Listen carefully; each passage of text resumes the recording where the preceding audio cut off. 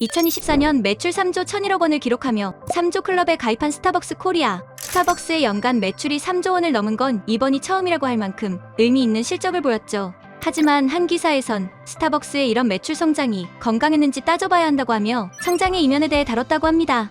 가장 먼저 매출이 오르는 것에 5개월 동안 가격 인상을 3차례나 한 것이 한몫했다고 하는데 2024년 8월에 그란데 사이즈 300원, 벤티 사이즈 600원을 올리고 같은 해 11월 몇몇 제조음료를 200원 인상한 뒤 2025년 1월 톨 사이즈 음료 22종을 200원에서 300원 인상하며 스타벅스가 가격을 올려 수익성 악화를 방어하고 있다는 내용도 기사에서 다루기도 했었죠. 뿐만 아니라 최근 각종 프로모션과 이벤트를 많이 진행하며 매출을 올리기도 했는데 이에 대해 일부 직원들이 과도한 업무량을 호소하며 트럭 시위를 하기도 했다고 합니다.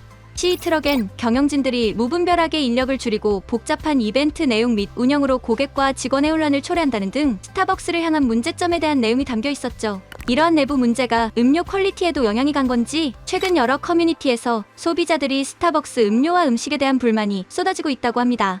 매출은 역대 최고를 찍었지만 초심을 잃었다는 말이 들리며 민심은 점차 내려가고 있는 스타벅스. 과연 2025년엔 다시 영광을 되찾을 수 있을까요?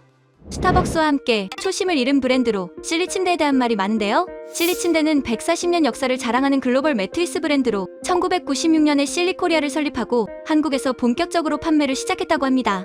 미국에선 높은 명성을 자랑하며 뛰어난 판매량을 보여주지만 한국에선 잦은 논란에 허덕이고 있다는데 과거 2018년 대진 침대에서 1급 발암물질 라돈이 검출되어 소비자들에게 패닉을 불러일으킨 라돈 침대 사태가 발발했을 때 그 다음 해인 2019년에 실리 침대에서도 라돈이 검출되어 큰 논란이 되었었죠. 그때 실리 침대는 공식 홈페이지에 사과문을 올리고 라돈이 검출된 제품을 전량 리콜하겠다고 밝혔다고 합니다.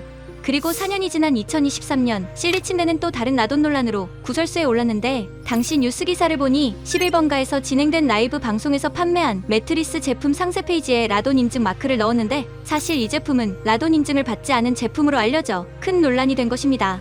이 논란에 국내 공식 라돈 안전 인증 발급기관인 한국표준협회는 실리 침대가 앞으로 계속해서 라돈 인증 마크를 무단 사용할 경우 법적 조치를 취하겠다는 공문을 보낼 방침이라는 기사 내용도 있었는데요.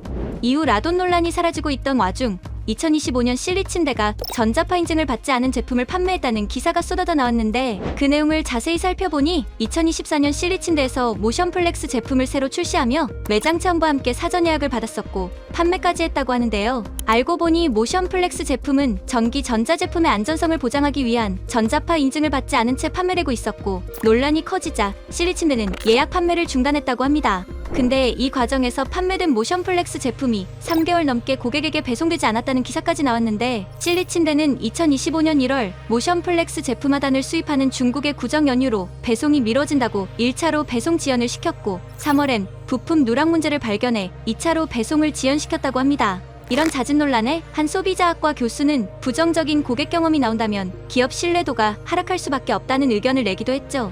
미국에서 많은 인기를 자랑하는 실리 침대. 하지만 잦은 논란으로 한국에서 고역을 겪고 있는 실리 침대는 다시 신뢰를 얻을 수 있을까요?